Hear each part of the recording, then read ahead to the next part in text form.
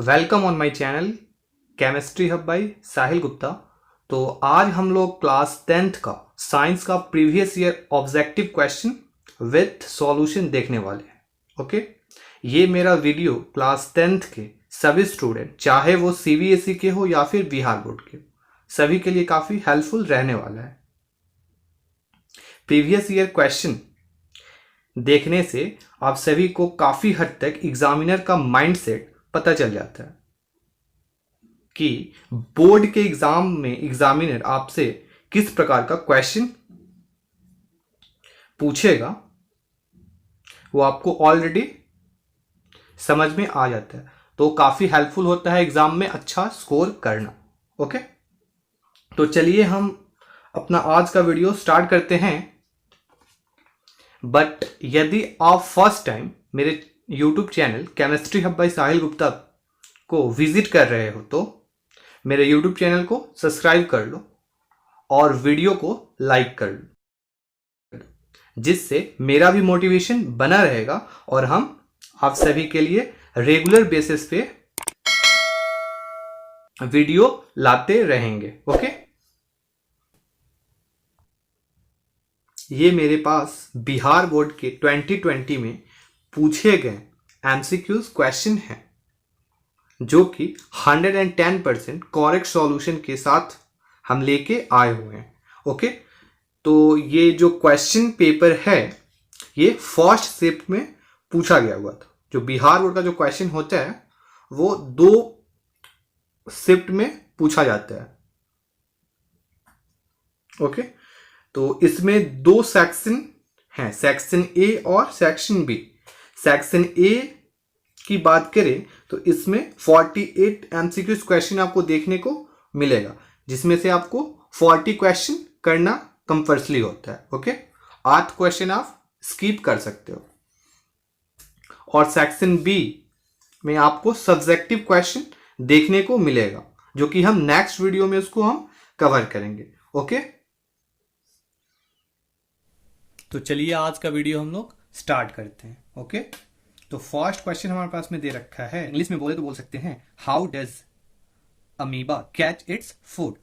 तो इसका जो आंसर हो जाएगा वो हो जाएगा आपको कूदपाद द्वारा। ओके, इसको बोल सकते हैं इंग्लिश में स्यूडोपोडिया। इसके द्वारा क्या करता है, वो भोजन को पकड़ता है। चलो फिर नेक्स्ट क्वेश्चन हमारे पास में दिया हुआ है, कौन सा एंजाइम वसा पर क्रिया करता है। तो बोलेंगे हम लोग लाइपेज। इंग्लिश में इसको बोल सकते हैं which enzyme catch upon fat. इसको बोल सकते हैं लाइपेज। फिर नेक्स्ट क्वेश्चन हमारे पास में दिया हुआ है, किस प्रकार के श्वसन से अधिक ऊर्जा मुक्त होती है।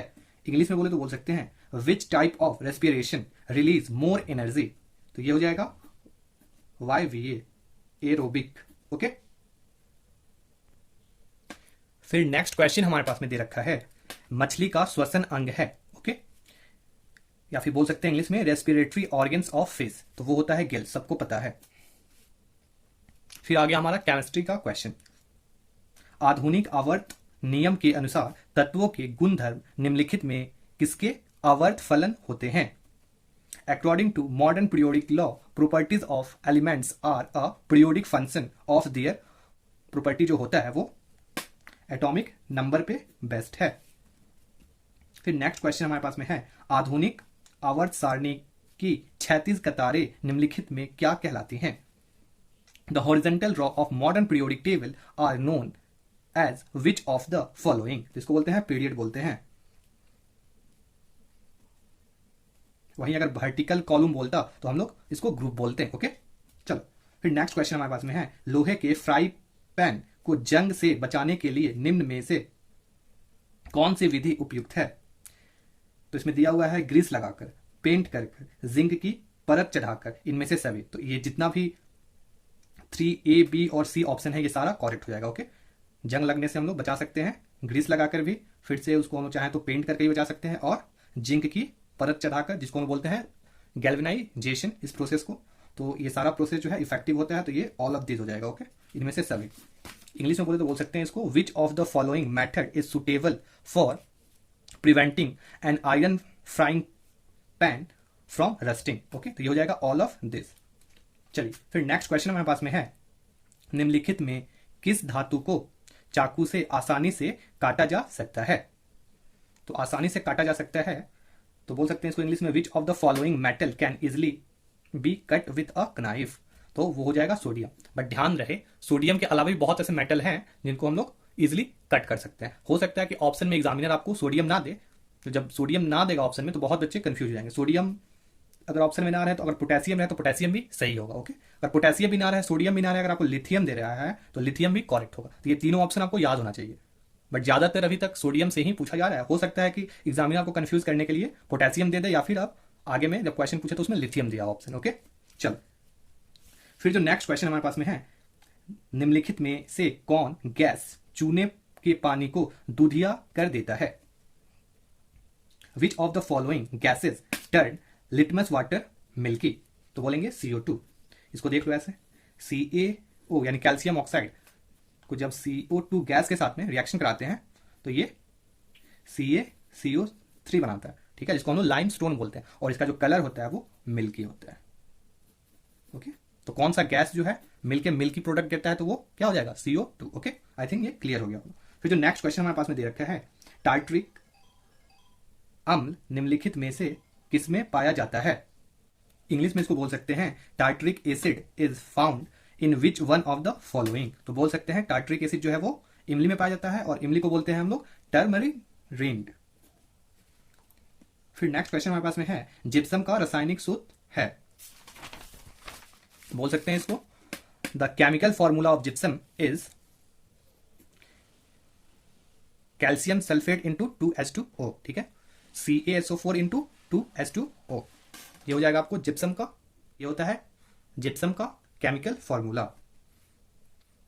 फिर नेक्स्ट क्वेश्चन हमारे पास में दे रखा है, जिंक तथा सल्फ्यूरिक एसिड के बीच अभिक्रिया से निम्नलिखित में से कौन सी गैस निकलती है? तो ये होता है हाइड्रोजन गैस। ओके, कैसे निकलती है इसको हम थोड़ा सा ऐसे अच्छे से बता देते हैं।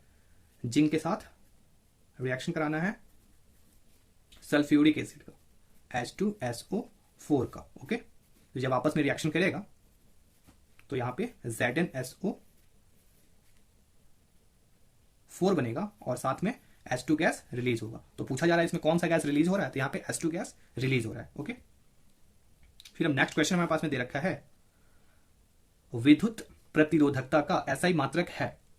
The SI unit of electrical resistivity. तो ये हो जाएगा हमारे पास में option D correct, ohm metre.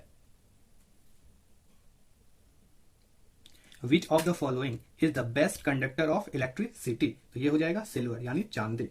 फिर नेक्स्ट क्वेश्चन हमारे पास में है, विद्युत धारा के चुंबकीय प्रभाव का खोज किसने किया था? Who discovered the magnetic effect of electric current? तो ऑप्शन में दे रखा है फराडे, एम्पियर, बोर या ऑस्ट्रेड। तो ये ऑप्शन बी जो है ये करेक्ट होगा। ऑस्ट्रेड जो वैज्ञानिक थे वो विद्युत मैग्नेटिक इफेक्ट को बताए हुए थे, डिस्कवर किए हुए थे। ओके, फिर नेक्स्ट क्वेश्चन है, विद्युत मोटर परिवर्तित करता है? इलेक्ट्रिक मोटर कन्वर्ट्स, तो हो जाएगा इसका ऑप्शन डी, यानी electrical energy into mechanical energy, यानी इलेक्ट्रिकल एनर्जी को मैकेनिकल एनर्जी में कन्वर्ट करता है। फिर नेक्स्ट क्वेश्चन दिया हुआ है, निम्नलिखित में से कौन सबसे कम क्रियाशील धातु है? तो इन सभी चारों ऑप्शन में अगर बात करें तो बोल सकते हैं Fe जो है वो सबसे कम क्रियाशील धातु है। वो एक उसका एक आपको चार्ट आता है, उसको आपको अच्छे से याद रखना होगा, ठीक है। तो अगर नेक्स्ट क्वेश्चन की बात करें तो दिया हुआ है, कार्बन परमाणु की संख्या है, the atomic number of carbon is 6। असंतृप्त हाइड्रोकार्बन जिसमें कार्बन कार्बन परमाणु के बीच त्रिबंधन होते हैं वे कहलाते हैं alkyne. Unsaturated hydrocarbons having triple bonds in between carbon carbon atoms are called, इसको बोलेंगे अल्काइन। कार्बन कार्बन के बीच में जब ट्रिपल बॉन्ड होगा तो अल्काइन, कार्बन कार्बन के बीच में जब सिंगल बॉन्ड होगा तो अल्केन, और जब कार्बन कार्बन के बीच में डबल बॉन्ड होगा तो अल्कीन। ओके, तो ये ट्रिपल बॉन्ड वाला बात कर रहे हैं तो यहाँ पे अल्काइन होगा, लास्ट में YEN। फिर नेक्स्ट क्वेश्चन हमारे पास में दिया हुआ है, मिथेनॉल के क्रियाशील मूलक का सूत्र है, the formula of functional group of ethanol. तो इथेनॉल में आप देखोगे तो लास्ट में ऑल लगा हुआ है और बोले हुए थे आपको कि ऑल जो होता है वो सफिक्स होता है अल्कोहल फंक्शनल ग्रुप का। तो यहाँ पे ये OH जो है ये करेक्ट हो जाएगा। फिर नेक्स्ट क्वेश्चन दिया हुआ है स्टोमेटा के खुलने और बंद होने की क्रिया को कौन नियंत्रित करता है? Opening and closing of stomata is controlled by guard cell. Guard cell के द्वारा कंट्रोल किया जाता है। फिर नेक्स्ट क्वेश्चन हमारे पास में दे रखा है निम्न में से कौन वृक्क की संरचनात्मक एवं क्रियात्मक इकाई है? Which one of the following is structural and functional unit of kidney. तो ये बोलेंगे इसका ऑप्शन जो है वो हो जाएगा नेफ्रॉन। फिर नेक्स्ट क्वेश्चन है हमारे पास में मानव का प्रमुख उत्सर्जी अंग निम्नलिखित में कौन है? Man excretory organs of human beings is the following is. तो ये हो जाएगा किडनी। मेन एक्सक्रेटरी ऑर्गन्स होता है ह्यूमन बींग्स का। फिर नेक्स्ट क्वेश्चन हमारे पास में दे रखा है एंड्रोजेन क्या है? तो जो एंड्रोजेन होता है वो फीमेल सेक्स हार्मोन होता है और वहीं अगर बात करें टेस्टोस्टेरोन का तो वो मेल सेक्स हार्मोन होता है। टेस्टोस्टेरोन के कारण ही आफ्टर 80 किसी भी बॉयज का जो वॉइस होता है वो डीप हो जाता है, बियर्ड वगैरह आने लगता है। ये सब टेस्टोस्टेरोन का ही इफेक्ट होता है। चलिए फिर नेक्स्ट क्वेश्चन जो है वो हमारे पास में दे रखा है जब किसी अभिक्रिया के समय किसी पदार्थ में ऑक्सीजन की वृद्धि होती है तो निम्नलिखित में से क्या कहा जाता है? तो आपको बताए हुए थे एडिशन ऑफ ऑक्सीजन या फिर रिमूवल ऑफ हाइड्रोजन को हम बोलते हैं ऑक्सीडेशन। तो अगर इंग्लिश में बात करें तो लिखा हुआ है in a substance gain oxygen during a reaction then it is known as which of the following. इसको बोलेंगे ऑक्सीडेशन। हिंदी में बात करें तो बोल सकते हैं उपचयन। ओके, और रिडक्शन को बोलते हैं अपचयन। फिर लिखा हुआ है नेक्स्ट क्वेश्चन हमारा अम्ल का पीएच मान होता है तो वो होता है लेस देन 7। याद होगा आपको। धोने का सोडा का आणविक सूत्र है the molecular formula of washing soda is. तो ये हो जाएगा आपको सोडियम कार्बोनेट इंटू 10H2। ये हो गया वॉशिंग सोडा का फॉर्मूला। फिर लिखा हुआ नेक्स्ट क्वेश्चन हमारे पास में मधुमक्खी का डंक एक अम्ल छोड़ता है जिसके कारण दर्द एवं जलन का अनुभव होता है, यह अम्ल है। तो ये हो जाएगा मिथेनोइक एसिड।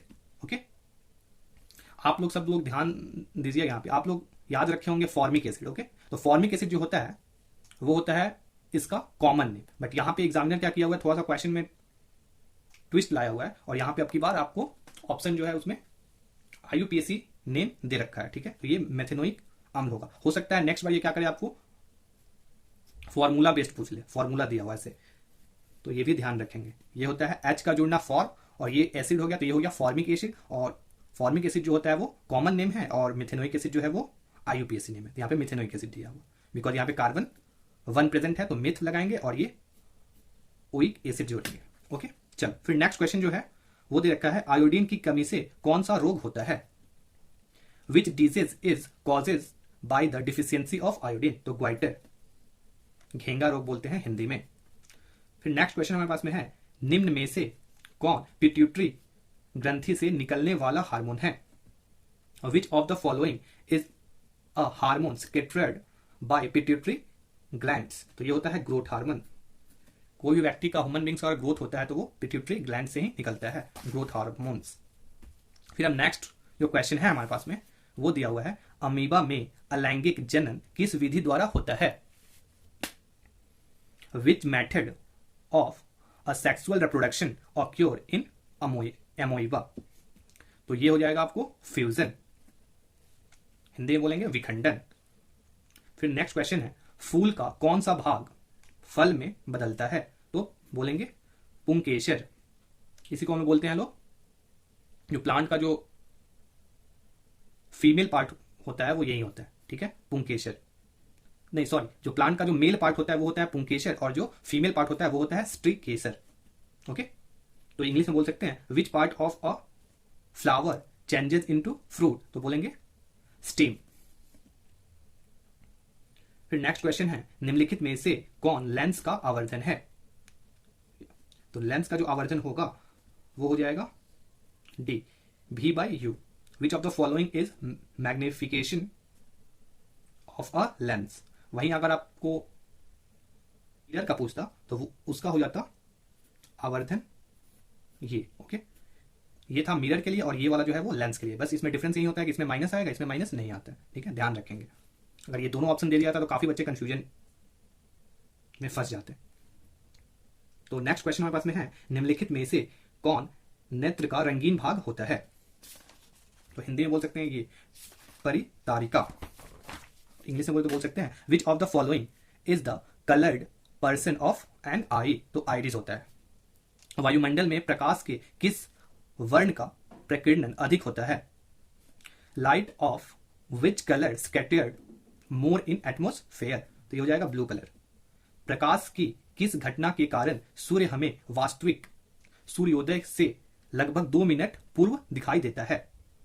तो ये होता है आपको वायुमंडलीय अपवर्तन के कारण। ठीक है, यानी एटमॉस्फेरिक रिफ्रैक्शन। ये जो क्वेश्चन है ये हमसे नहीं हो पाया है, इसको आपको सॉल्व करके और कमेंट बॉक्स में बताना है। ओके, चलो, इसमें हमको डाउट था, मेरे ख्याल से शायद टुवर्ड साउथ होगा, बट हम क्लियर नहीं है। आप लोग देख के बताना है, आपको कमेंट बॉक्स में कमेंट करना है। चलो, फिर नेक्स्ट क्वेश्चन हमारे पास में है, हमारे घरों में जो विद्युत आपूर्ति की जाती है वह the domestic supply of electric current is, वो होता है एसी यानी अल्टरनेटिव करंट होता है, और वो होता है हमारे पास में 220 वोल्ट का। गर्म जल प्राप्त करने के लिए हमें सौर ऊर्जा तापक का उपयोग किस दिन नहीं करना चाहिए? ध्यान रखना है, नहीं करना चाहिए। तो बादलों के दिन नहीं करना चाहिए, क्योंकि बादलों के दिन में सौर ऊर्जा वो सनलाइट से इसका कनेक्शन होता है, सनलाइट जब निकलेगा नहीं तो ये अच्छे से वर्क नहीं कर पाएगा सोलर। तो ये बादलों के दिनों में। ठीक है, in which day a solar water heater can not be use to get hot water. तो बोल सकते हैं अ क्लाउडी डे। ओके, चलिए फिर नेक्स्ट क्वेश्चन हमारे पास में है, निम्न में से कौन सा ऊर्जा स्रोत सौर ऊर्जा में व्युत्पन्न नहीं होगा? तो ऑप्शन दे रखा है हमारे पास में, पहले इंग्लिश देख लेते हैं फिर देखते हैं। Which of the following is not derived from the solar energy, यानी कौन सा ऑप्शन जो है वो डेराइव नहीं हो पाएगा सोलर एनर्जी में। तो आइए देखते हैं। तो ऑप्शन दिया हुआ है हमारे पास में, भूतापीय ऊर्जा, पवन ऊर्जा, जैव मात्रा और नाभिकीय ऊर्जा। तो जो न्यूक्लियर एनर्जी होता है ये करेक्ट हो जाएगा आंसर हमारा। फिर नेक्स्ट क्वेश्चन है, दर्पण के सामने किसी भी दूरी पर स्थित वस्तु का प्रतिबिंब सीधा प्रतीत होता है तो वह दर्पण है। वो दर्पण हो सकता है या फिर वो समतल होगा और या फिर वो उत्तल होगा। इन दोनों मिरर का ये विशेषता है कि ये हमेशा क्या होगा, सीधा आपको प्रतिबिंब बनाएगा, आप कहीं भी रखो ऑब्जेक्ट को। ठीक है, आइए अब नेक्स्ट क्वेश्चन हमारे पास में है, किसी कार का अग्रदीप में प्रयुक्त दर्पण निम्नलिखित में से कौन होता है? विच of the following is the mirror use in the headlight of a car. तो कार में जो होता है वो होता है कॉनकेव मिरर, अवतल दर्पण हिंदी में बोल सकते हैं। फिर लिखा हुआ है, निम्नलिखित में से किसका अपवर्तनांक सबसे अधिक होता है? विच of the following has the highest refractive index. सबको पता होगा हीरा, बहुत आसान क्वेश्चन है। निम्नलिखित में से किस लेंस को अभिसारी लेंस कहते हैं? तो इसका आंसर हो जाएगा उत्तल लेंस को। फिर दिया हुआ है, निम्नलिखित में कौन उभयलिंगी है? विच of the following is bisexual. तो ये हो जाएगा अर्थवर्म, करेक्ट आंसर इसका। फिर बात करेगा नेक्स्ट, तो लिखा हुआ है, मेंडल ने अपने प्रयोगों के लिए किस पौधे को चुना? Which plant is selected bye Mendel for this experiment. तो वो मटर के पौधों को चुने हुए थे, तो ये पी हो सकता है से करेक्ट आंसर। फिर नेक्स्ट क्वेश्चन हमारे पास में है, निम्न में से कौन एक अवशेषी अंग है? Which one of the following is a vestigial organ. तो बैकबोन नहीं होगा, थंब नहीं होगा, ईयर नहीं होगा, ये अपेंडिक्स, ये करेक्ट हो जाएगा। फिर नेक्स्ट क्वेश्चन है हमारे पास में, चिपको आंदोलन किससे संबंधित है? वन रक्षण, मृदा संरक्षण, जल संरक्षण या वृक्षारोपण। Chipko movement is related to forest conservation, soil conservation, afforestation या वाटर कंजर्वेशन। तो आप सबको पता होगा पेड़ को बचाने के लिए आंदोलन किया गया हुआ था, यानी फॉरेस्ट कंजर्वेशन, जंगल को बचाने के लिए। तो ये सारा आपका क्वेश्चन जो था वो सारा कवर्ड हो गया। ओके,